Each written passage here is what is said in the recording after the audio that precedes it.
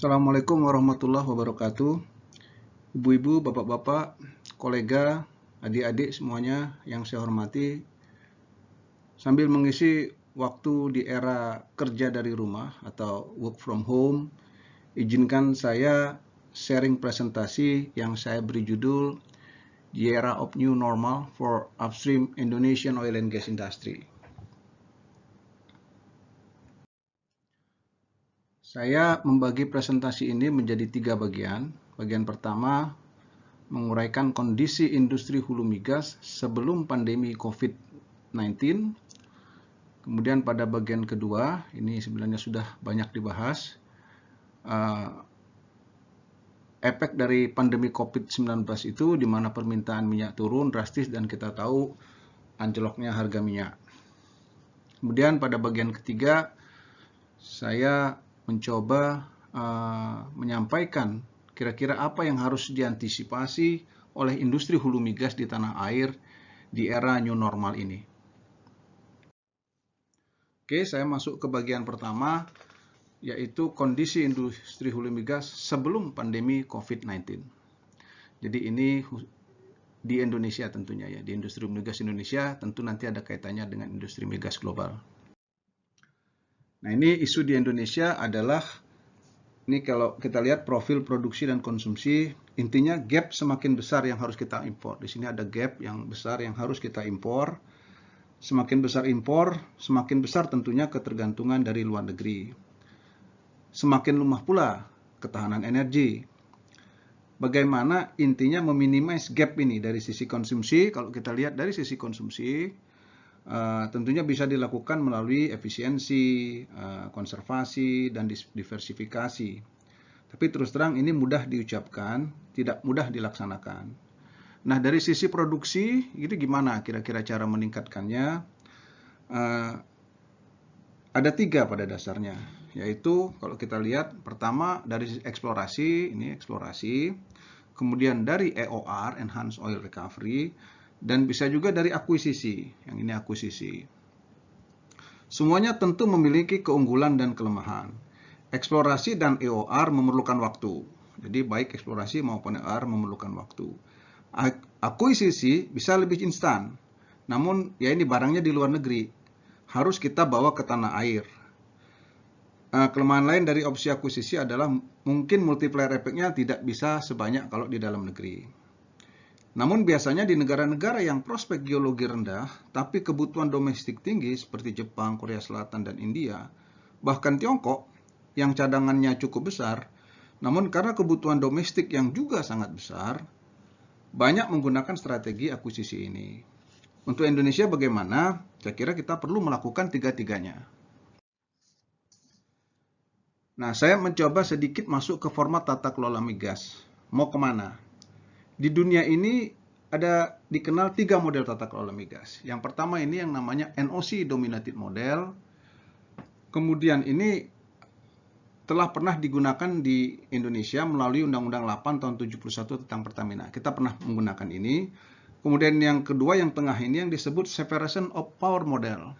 Ini kita pernah juga melakukannya lewat Undang-Undang Nomor 22 tahun 2001 tentang Undang-Undang Migas. Dan model ketiga adalah yang disebut Ministry Dominated Model. Ini setelah putusan MK yang membubarkan BP Migas pada tahun 2012, maka dibentuklah SKK Migas. Nah, itu formatnya Ministry Dominated Model. Jadi sebenarnya sudah pernah mencoba ketiga model tersebut. Kita sudah pernah coba semua. Ke depan terserah milihnya mau apa. Disesuaikan dengan tujuan ke depan industri migas ini mau dibawa kemana. Ini karena waktunya terbatas, saya tidak dapat membahas urusan tata kelola ini secara komprehensif. Dapat dilihat di buku saya yang berjudul Paradigma Baru Pengelolaan Sektor Hulu Migas dan Ketahanan Energi. Di sana diuraikan secara luas mengenai format tata kelola ini. Bisa dibeli online bukunya. Oke, kemudian saya masuk ke model kontrak. Bahwa sebagaimana kita ketahui ada 3 jenis model kontrak. Konsesi, PSC, Production Sharing Contract, dan Service Contract. Apa penjelasan masing-masing? Teman-teman bisa nonton video penjelasan yang pernah saya posting di YouTube sebelumnya. Saya coba bikin chart peringkat cadangan migas. Di sini peringkat cadangan migas, ini apa namanya? Ini cadangan ya dari masing-masing negara. Kemudian saya taruh model kontrak yang dominan. Jadi ini saya pilih model kontrak yang dominan di suatu negara tersebut. Ini pilih jenis model kontraknya. Yang dominan tentunya. Karena satu negara bisa aja mereka punya beberapa jenis kontrak. Ini yang saya ambil yang utamanya saja di negara tersebut. Apa summary-nya? Di negara-negara OECD, OECD itu negara maju ya, Organization for Economic Cooperation and Development, seperti Kanada, kemudian USA, US, Norway, UK, Australia, mereka semua pakai konsesi. Karena sistem administrasi perpajakannya sudah bagus. Dan juga di samping itu, industri penunjang sektor hulu migasnya sudah berkembang. Oke, kemudian yang kedua apa? Yang kedua, makin besar cadangan. Kalau kita lihat yang di atas ini, yang makin besar cadangan gitu ya. Makin tertutup akses bagi investor. Jadi akses terhadap investornya makin tertutup gitu ya. Kalaupun investor asing masuk dalam bentuk service kontrak. Jadi kalau kita lihat di sini dalam bentuk service kontrak atau dalam bentuk joint venture atau JV, di mana majority share dimiliki oleh NOC atau National Oil Companies, minimal 51%. Kemudian yang ketiga, kalau kita lihat yang bawah-bawah ini gitu ya, negara dengan cadangan kecil sampai sedang seperti Indonesia umumnya menggunakan PSG, Production Sharing Contract. Oke, sekarang saya slide ini menunjukkan apa namanya? Typical flowchart dari masing-masing jenis kontrak, mulai konsesi atau royalty tax, PSG global ada 60-70 negara yang pakai PSG. Kemudian ada PSG Indonesia, ini PSG Indonesia. Jadi apapun jenis kontraknya, semuanya ada biaya. Nggak ada yang gratis. Bedanya untuk sistem PSG dan service kontrak yang ini gitu ya. Biayanya warna merah, mekanismenya melalui cost recovery. Nah, jadi cost recovery itu adalah mekanisme. Ini yang penting ya, tolong dicatat. Mekanisme. Kalau cost itu ya cost ya biaya, nggak ada kontrak itu yang nggak ada biaya. Apapun ada biayanya, ya hidup ini nggak ada yang gratis ya. Nah mekanisme, sekali lagi mekanisme, saya benar-benar tekankan di sini karena salah kaprahnya di sini. Mekanismenya kalau di PSG dan service kontrak yang merah ini, lewat cost recovery. Kalau konsesi bagaimana? Kalau konsesi, gampang, langsung saja dibebankan. Lebih sederhana, sama kayak kita bisnis biasa. Keluar biaya, ya bebankanlah biaya itu untuk menghitung keuntungan sebelum pajak. Dan menghitung pajak. As simple as that. Tapi, di sistem PSG dan service kontrak ada mekanisme cost recovery. Jadi, ibu dan bapak misalnya sebagai investor keluar duit, belum tentu dapat dibebankan. Harus ada persetujuan otoritas yang mewakili pemerintah. Kalau di kita di sini SKK Migas. Jadi secara investor sebenarnya konsesi lebih nyaman. Biaya nggak dipelototi oleh otoritas pemerintah. Kalau yang merah ini, yang merah-merah ini, dipelototi dulu baru bisa dibebankan. Itu pun belum tentu semua bisa dibebankan. Tapi sayangnya di Indonesia ini suka misleading. Kenapa? Karena cost recovery itu entah kenapa dianggap duit negara. Padahal kalau kita lihat dari chart ini, di mana duit negaranya? Bahwa cost recovery akan mempengaruhi bagi hasil, iya betul. Karena di PSG ada bagi hasil. Kalau di konsesi kan nggak ada bagi hasil. Jadi tidak ada pengaruh. Kalau di konsesi pengaruhnya ke pajak di sini gitu ya.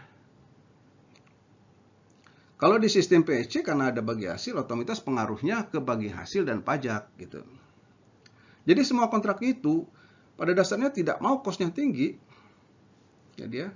Karena baik di PSG maupun di sistem konsesi maupun di service kontrak mereka tidak mau cost tinggi. Karena cost tinggi itu baik pemerintah maupun investor mereka sama-sama akan rugi gitu ya.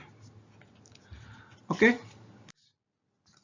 Nah ini juga salah kaprah ya yang sering juga terjadi. Bahwa ini adalah tahapan cycle atau siklus dari industri minyak gitu ya, mulai dari awal gitu penandatangan kontrak, eksplorasi, di sini ada eksplorasi, kemudian ada produksi, dan ini di extension atau determinasi misalnya kan setelah 20 tahun, 30 tahun pertama itu kan kemudian kontrak itu bisa di extend atau di terminate gitu. Nah, biasanya dalam eksplorasi ketika terjadi discovery, kemudian dilanjutkan dengan pengembangan, maka itu sering dipuji gitu ya. Karena cost recovery itu baru muncul di sini, ketika ada produksi baru ada cost recovery di sini gitu ya.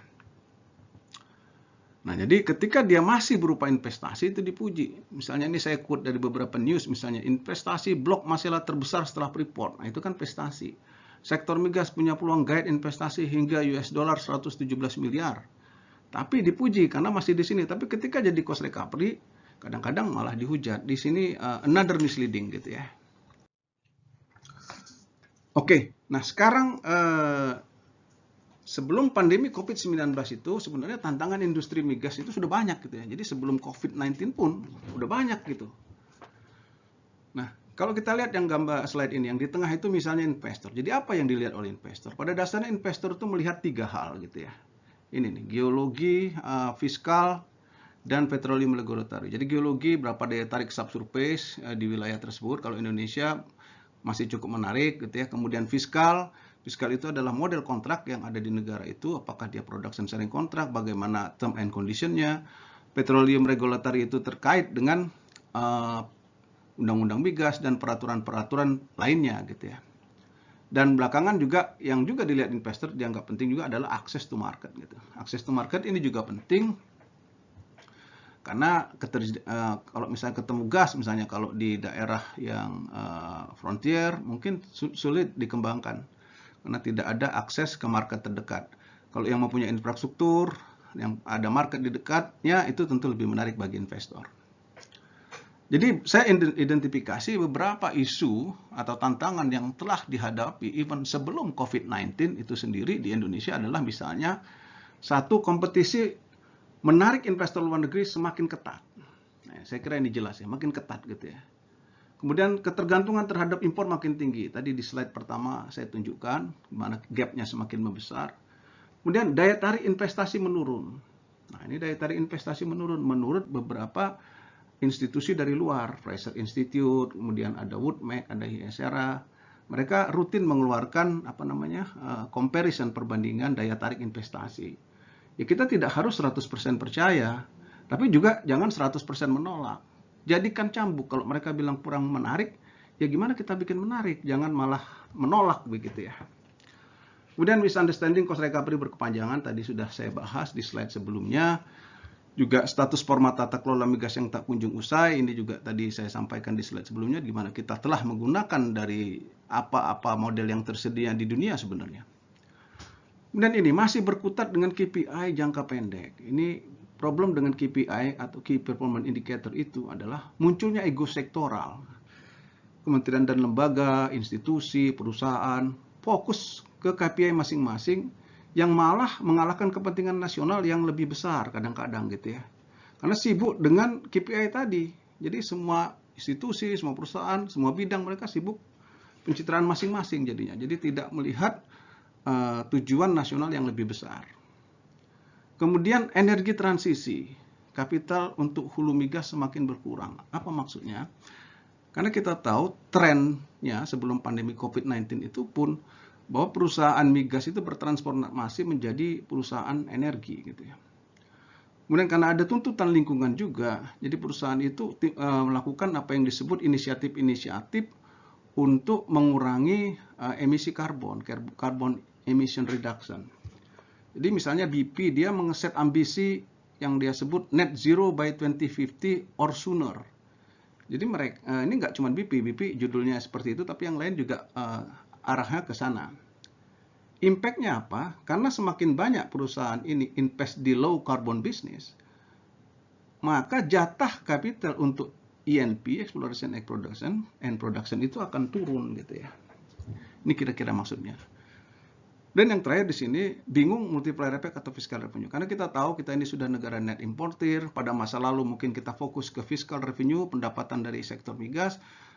Karena kita semakin produksi semakin turun, maka yang paling penting sebenarnya multiplier effect dari keberadaan industri migas itu sendiri.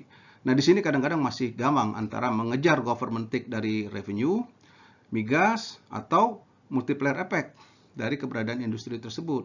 Maka kadang-kadang kita nggak bisa dapat dua-duanya. Jadi yang penting fokusnya kemana. Jadi itu kira-kira tantangan yang ada sebelum pandemi COVID-19. Nah, sebenarnya dengan adanya pandemi COVID-19 ini menjadi momentum yang paling bawah ini. Momentum untuk berubah itu menjadi suatu keharusan. Kapan? Sekarang. Kalau enggak kita ketinggalan kereta. Oke, saya masuk ke bagian kedua, pandemi COVID-19, permintaan minyak turun drastis dan anjlok harga. Ini sebenarnya sudah banyak. Kalau Bapak ikut di milis-milis atau di diskusi-diskusi online, hal ini sudah banyak dibahas. Mungkin saya tidak akan banyak membuang diskusi terlalu banyak di sini, cuman kira-kira fundamentalnya aja seperti apa. Nah, ini kalau kita lihat minyak itu turun naik itu udah biasa. Harganya secara histori memang begitu, kadang turun, kadang naik. Yang penting di sini adalah kita paham apa triggernya. Ada dua trigger, kalau nggak supply berlebih atau turun demand. Jadi kalau supply yang warna biru gitu ya. Kalau demand yang warna merah. Jadi kalau pertengahan tahun 80-an itu harga minyak turun dia drastis juga karena muncul produsen baru, mesti disebut oil glut gitu ya. Kemudian muncul lagi di tahun yang biru ini, supply ini kemarin ketika US Shale muncul gitu ya. Produksi jadi berlebihan. Nah, minyak juga sering turun karena ekonomi. Jadi ketika terjadi financial crisis ASEAN tahun 97, kemudian economic slowdown, kemudian juga tahun 2008 ada financial crisis, turun juga. Tapi setelah turun dia recover lagi.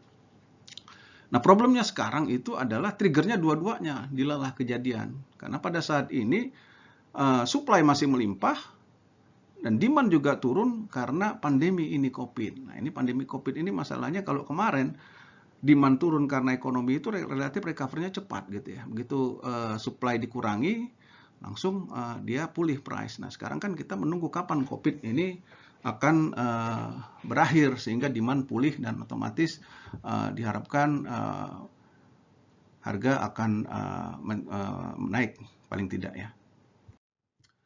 Nah, di tahun 2015-2016 kita ingat waktu itu karena harga minyak juga anjlok drastis karena munculnya US Shale Oil itu, apa yang dilakukan oleh perusahaan-perusahaan minyak?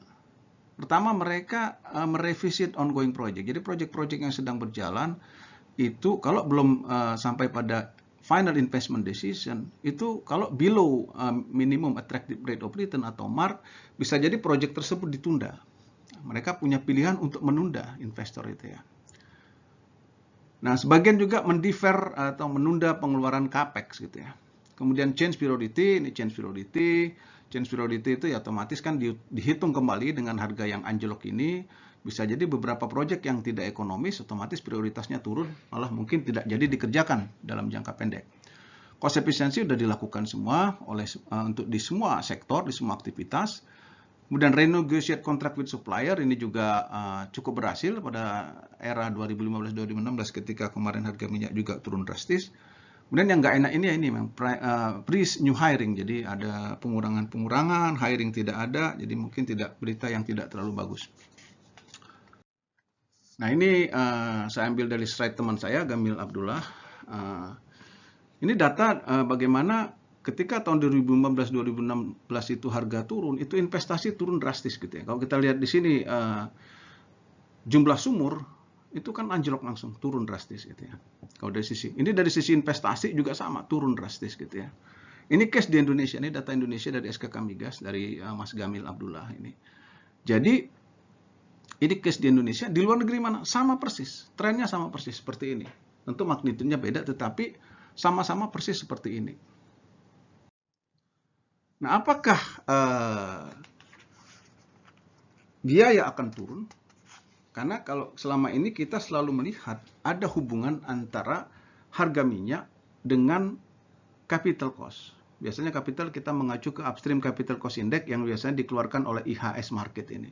Jadi biasanya kalau harga minyak naik atau turun itu harga juga akan mengikuti gitu ya. Jadi kalau kita lihat trennya kan ini kan agak-agak mirip gitu ya. Jadi di atas ini harga, ketika harga turun, indeks capital cost juga turun. Jadi apa yang terjadi pada tahun 2015-2016, kalau kita lihat di sini, ketika harga minyak turun hampir 50% pada waktu itu, maka biaya-biaya yang ditentukan oleh indeks biaya di bawah ini juga turun. Jadi kalau kita lihat di sini turun, di sini juga turun gitu ya. Nah, apakah sekarang dengan harga yang sebelumnya, kemarin kan tahun 2019, katakanlah harga sekitar 60 barrel gitu, $60 per barrel. Misalnya rata-rata di tahun 2020, kita belum tahu ini, mungkin katakanlah 30 sampai 40 dolar per barrel. Apakah biaya akan turun sebanyak ini juga gitu ya? Yang pasti di tahun 2015, 2016, cost efisiensi itu lebih mudah dilakukan karena industri sebelumnya hidup dengan harga rata-rata 4 tahun terakhir itu di atas 100. Ini kan 100 gitu rata-rata. Jadi dengan harga yang tinggi itu banyak kemewahan yang bisa dikurangi. Sekarang ketika harga 60 dolar turun jadi 30 dolar misalnya, bisa jadi tidak banyak kemewahan dalam tanda kutip ya, yang bisa dikurangi lagi. Tentu akan ada penurunan cost akan turun anyway. Mungkin tidak di level 30%, bisa jadi kurang dari itu. Wallahu alam, kita tunggu. Nah, sekarang saya masuk ke bagian terakhir, bagian 3. Apa yang harus diantisipasi di era new normal? Apa itu new normal? New normal kan kita bisa punya definisi masing-masing, apalagi sekarang dengan era COVID ini kan new normal itu bisa mulai dari penampakan yang fisik, mulai dari cara kebersihan dan lain-lain. Tapi dalam konteks industri migas ini, new normal itu saya mendefinisikan, kita bisa beda nanti definisinya, bahwa adalah kesempatan untuk find the new ways of thinking gitu ya. Ini pemahaman saya yang bisa jadi berbeda dengan pemahaman ibu-ibu dan bapak-bapak. Apa itu find the new ways of thinking? Mulai memikirkan skema atau model bisnis baru seperti apa ke depan yang cocok dan win-win. Jadi kita mulai berpikir ini. Karena saya memiliki keyakinan bahwa negara lain mereka juga sedang mikirin skema bisnis baru apa yang enaknya di era new normal. Kita juga harus mikir. Kalau enggak kita ketinggalan gitu ya. Kemudian ini yang pertama tadi udah selesai, yang kedua tinjau ulang mekanisme perhitungan keekonomian konvensional, masih cocokkah, apa yang harus dibenahi atau apa yang harus ditingkatkan. Karena kalau kita hitung-hitung sekarang yang kemarin-kemarin proyek nggak ekonomis, mau dia otak-atik kayak apa, ya tetap nggak ekonomis. Kalau masih inputnya sama, asumsinya sama, cara ngitungnya sama.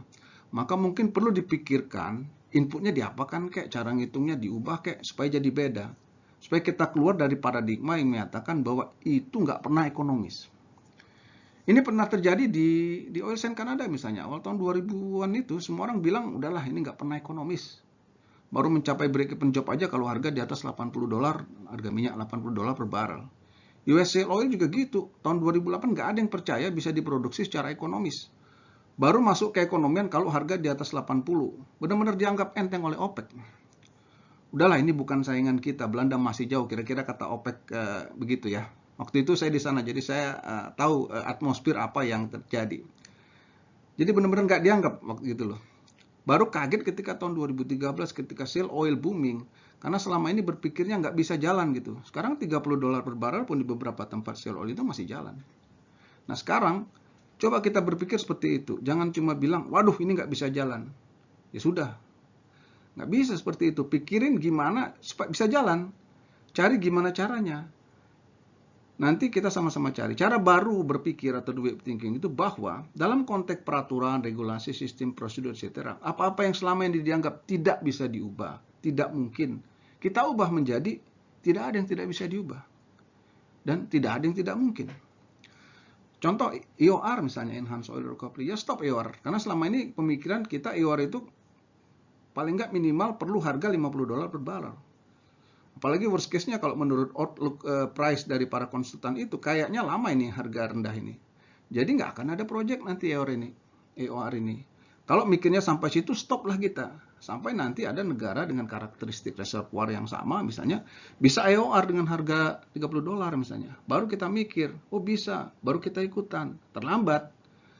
Kalau kita bisa jangan jadi follower, bagian dari yang mengambil inisiatif. Nah ini juga kalau selama ini ada insentif yang dianggap tabu untuk dibahas seperti ring fencing misalnya gitu ya. Ini saatnya untuk dibicarakan, tidak ada lagi yang tabu gitu ya. Oh, karena ini menurut Undang-Undang 22/2001 tidak boleh begitu. Ya sekarang kesempatan untuk mengubah undang-undangnya karena di negara lain juga ring fencing itu bisa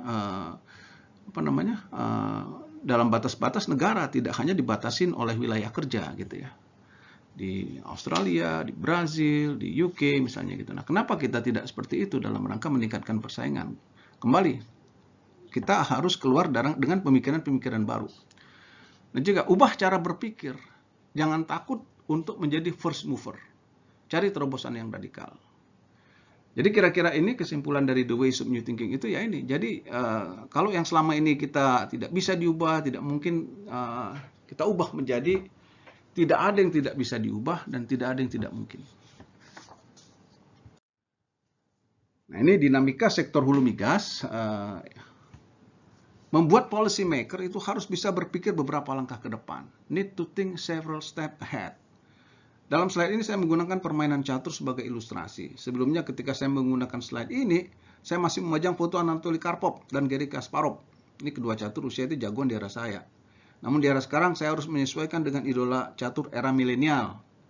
Nih Mas Magnus Carlsen dari Norwegia, makanya fotonya saya ganti. Pecatur kelas Grandmaster berpikirnya beberapa langkah ke depan. Beda dengan pecatur kelas pemula yang baru belajar gitu ya. Yang berpikir masih langkah demi langkah, tiba-tiba kaget, mati raja. Repot kalau ini kan kaget-kagetan kalau yang baru belajar. Di industri migas ketika kita membuat regulasi, peraturan dan lain-lain, pedoman tata kerja, perlu berpikir beberapa langkah ke depan. Kalau berpikir cuma satu langkah ke depan, pokoknya yang penting bikin aturan, bikin pedoman, habis itu direvisi. Kalau antara aturan dan revisi terlalu cepat, ini sinyal kurang bagus buat investor. Membuat investor ragu untuk investasi, karena investor itu ketika akan mengeluarkan dana investasi, mereka perlu kepastian dalam jangka panjang. Tidak bisa peraturan itu berubah-ubah terus. Oke. Nah ini time to change to the right direction. Pada era sulit saat ini, harga minyak jatuh, perusahaan migas pusing, banyak pekerjaan akan ditunda, sebagaimana di slide-slide saya tadi sebelumnya. Pada saat ini semua negara produsen sedang menyiapkan regulasi, mengantisipasi bisnis yang tidak bagus. New normal, mereka sedang menyiapkan apa ini yang harus dilakukan di era new normal ini gitu ya. Kita pun harus cepat mengeluarkan insentif yang menarik untuk dapat tetap kompetitif. Jangan kebanyakan diskusi, forum dan lain-lain, keburu ketinggalan kereta. Era akhir 80 dan 90-an ketika industri lesu, ini saya gunakan kronologi sejarah sebelumnya. Kita sudah sering mengeluarkan insentif di era-era dulu ini, insentif, ada paket insentif. Dari tahun era 90, paket insentif 1, 2, 3, 1, 2, 3, 4, di mana terus-menerus dikeluarkan paket insentif mengantisipasi situasi kompetisi pada era itu gitu ya. Jadi cukup sering, memang setelah itu memang nggak pernah lagi gitu. Relatif jarang lah kita mengeluarkan paket-paket seperti ini gitu ya. Nah yang ada tahun 2017 pindah growth split. Ini sih menurut saya sih bukan insentif, mungkin malah disinsentif. Untuk kegiatan eksplorasi kan mungkin tidak terlalu menarik growth split itu. Untuk yang pengen tahu pro and con growth split bisa lihat di video paparan saya sebelumnya. Karena memang untuk isu growth split ini perlu penjelasan yang komprehensif supaya fair, supaya pro cons-nya terelaborasi. Nah, menurut saya saat ini saatnya mengeluarkan paket insentif baru. Sebut saja paket insentif 2020 post COVID-19 atau apapun namanya yang bikin kalau bisa sekeren mungkin. Kita bisa perbaiki semua, misalnya FTP government bisa jadi dikurangi, split government disesuaikan, dikurangin agar lebih menarik. Juga kita bikin sliding scale split, sliding scale FTP, DMO price bisa dinaikkan, misalnya 100% misalnya. Kenapa kita perlu ubah? Karena kita hidup di era berbeda yang memerlukan paradigma yang berbeda. Nah, ini slide terakhir saya. Pada dasarnya, rangkuman dari apa yang telah saya sampaikan. Supaya tidak tergagap dengan apa yang kita butuhkan. Kita tahu bahwa ketahanan energi harus menjadi prioritas. Kemudian kita melihat bahwa industri migas sangat dinamis. Ke depan bagaimana kecenderungan transisi energi pasca COVID-19 ini dan pasca harga minyak rendah. Bagaimana kecenderungan harga energi ke depan, fokus pada multiplier effect gitu ya, dan tidak lagi berkutat di hal-hal receh seperti berdebat cost recovery. Jangan lagi keluar dengan ide-ide kontraproduktif, harus open mind, jangan merasa paling tahu gitu ya. Atau ada juga kadang-kadang nasionalisme yang salah kaprah. What next gitu ya, what next? Intinya mari kita manfaatkan era new normal ini untuk mengajak semua stakeholder menggunakan paradigma baru dalam berpikir dan bertindak yang lebih visioner, melihat jauh ke depan. Saya kira demikian apa yang dapat saya sampaikan. Lebih kurangnya mohon maaf. memanfaatkan bulan suci ini, mari kita memanjatkan doa. Semoga kita semua senantiasa sehat walafiat dan semoga pandemi COVID-19 ini segera berakhir. Karena insya Allah, with every difficulty there is a relief. Di balik kesulitan ada kemudahan. Amin ya rabbal alamin. Terima kasih. Assalamualaikum warahmatullahi wabarakatuh.